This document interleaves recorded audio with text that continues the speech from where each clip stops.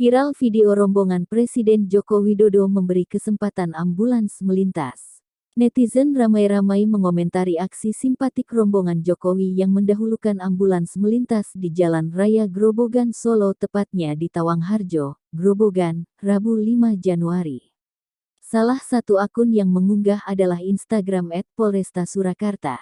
Tampak rombongan Presiden Joko Widodo terhenti sejenak menunggu dan memprioritaskan ambulans lewat.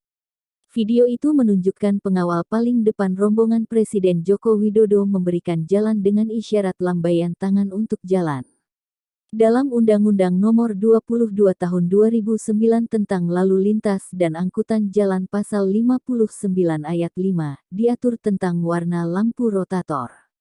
Untuk ambulans wajib menggunakan lampu isyarat warna merah. Sontak video tersebut banyak komentar positif dan berterima kasih kepada Presiden Joko Widodo dari warganet.